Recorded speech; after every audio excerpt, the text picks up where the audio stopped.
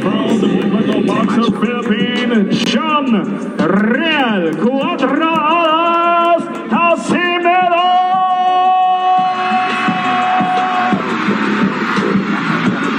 Around the boxing, welterweight, 59 kilograms division, ladies and gentlemen, дамы и господа, ваши аплодисменты!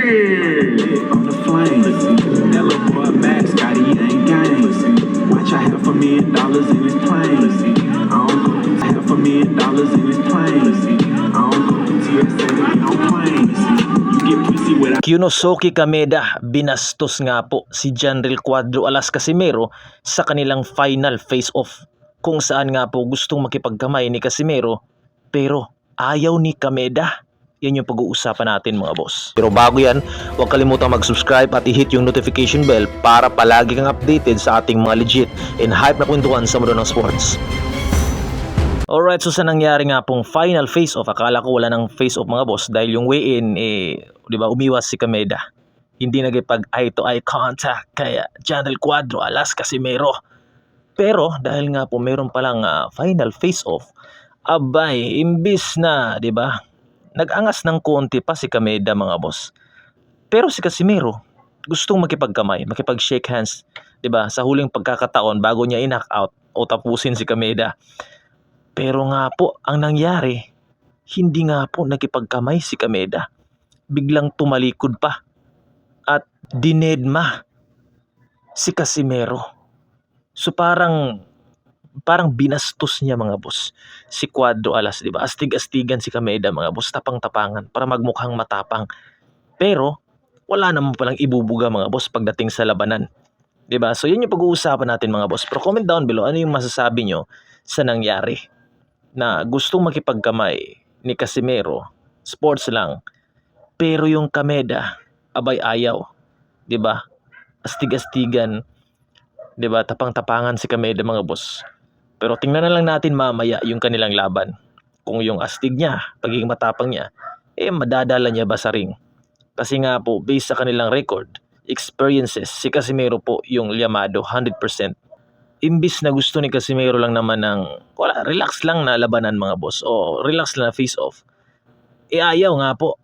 So ang masasabi ko dito mga boss, kahit pa anong gawin ni Kameda, pang astig-astig, tapang-tapangan, di ba? Pang dead kay Casimero, ayaw niya magkapagkamay, 'di ba? Maybe nabastusan, 'di ba, si Casimero o yung mga fans. Kasi ako mga boss, hindi ko rin nagustuhan yung ginawa ni Kameda. Ewan ko kung umiwas ba siya dahil natatakot siya or nape-pressure na siya sa laban nila mamaya. I don't know mga boss. O talagang nakipag-astigan lang si Kameda na gusto niya wala nang kamayang mangyayari. Dinedma niya si Casimero. Pero yun nga, hindi niya magagamit yung tapang-tapangan niya. Dahil nga po lamang si Casimero sa experiences, sa lakas, sa power, sa kanyang body structure, sa mental toughness. So kahit ano pang mangyari mga boss, kahit pa gaano katapang yung isang fighter, 'di ba, sa kanyang emotion, hindi mo yan madadala pagdating sa actual na labanan.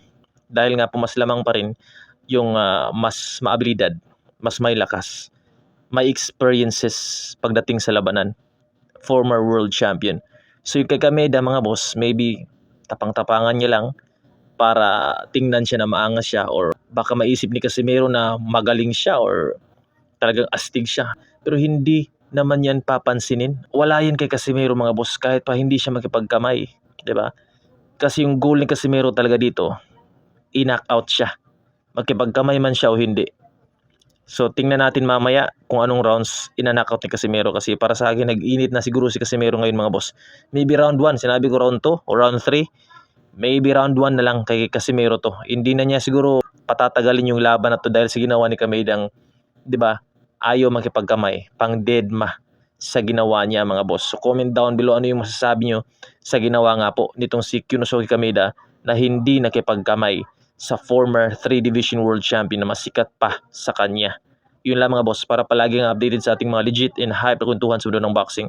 Huwag kalimutan mag-subscribe. Eljun nga pala ang #1 supporter ng mga Filipino boxers. Salute, peace out.